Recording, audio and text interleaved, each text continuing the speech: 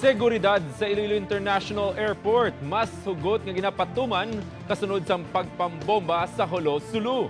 Scanning machines kag iban pa nga security protocol.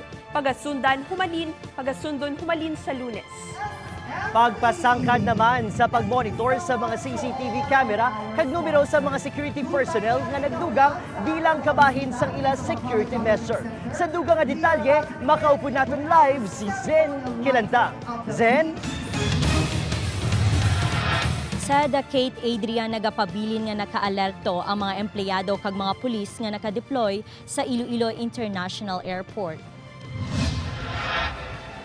Nagalabot 4,000 ang departing passengers o kun mga nagahalin ng mga pasahero sa Iloilo International Airport. Sa diin umpisa sang Lunes nga adlaw, mas ginpahugot sang Civil Aviation Authority of the Philippines ang ila seguridad kasunod sang pagpangbomba nga nagluntad sa Jolo, Sulu. Maidid nga ginatsekyar isa-isa sa mga gwardya ang mga pasahero nga nagasulod.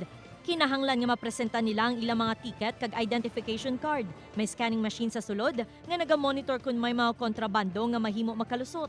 Pabor naman ng mga pasahero sa ginapatigawin nga proactive measures. Para safety man sa mga tao. It's their job. They held the path, they didn't. Should be for the safety also, right? Magluwas sini, may visual check man nga ginapatigayon sa mga salakyan kag may under chassis inspection. The under chassis mirror and of course the visual check, and also the random check. Maybe when you go inside the airport, there is some sort of a traffic, no? Agod masiguro nga wala may makalusot nga mga pagkabutang nga ginadumilian, mayara pa sang final checking sa diin ginapauwas ng sapatos sa mga pasahero. May gindugang naman nga numero sang gwadya sa tagsa ka entrance gate sang airport, samtang ginamonitor sang maayo sa mga operator paagi sa closed circuit television o kon CCTV ang palibot sang Iloilo International Airport. Said gina-discourage sa mga otoridad ang mga pasahero sa pagdala sa mga material o kung may mga metallic na mga bagay kag mga ginadumilian nga mga pagkabutang sa Iloilo International Airport. Said?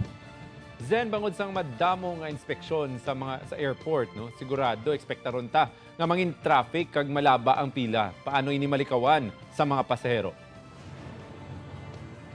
Sad suno sa kaap kinahanglan 2 ka oras antes ang flight magpadulong na sa airport agod hindi ma-delay ang mga pasahero kaga ilabi na gid ang may mga inog check-in nga mga bagahe para hassle-free ang mga nagabiyahe. Said? Dapat temprano pa maghalalin sa ilang mga balay. Madamong salamat, Zen Kilantang.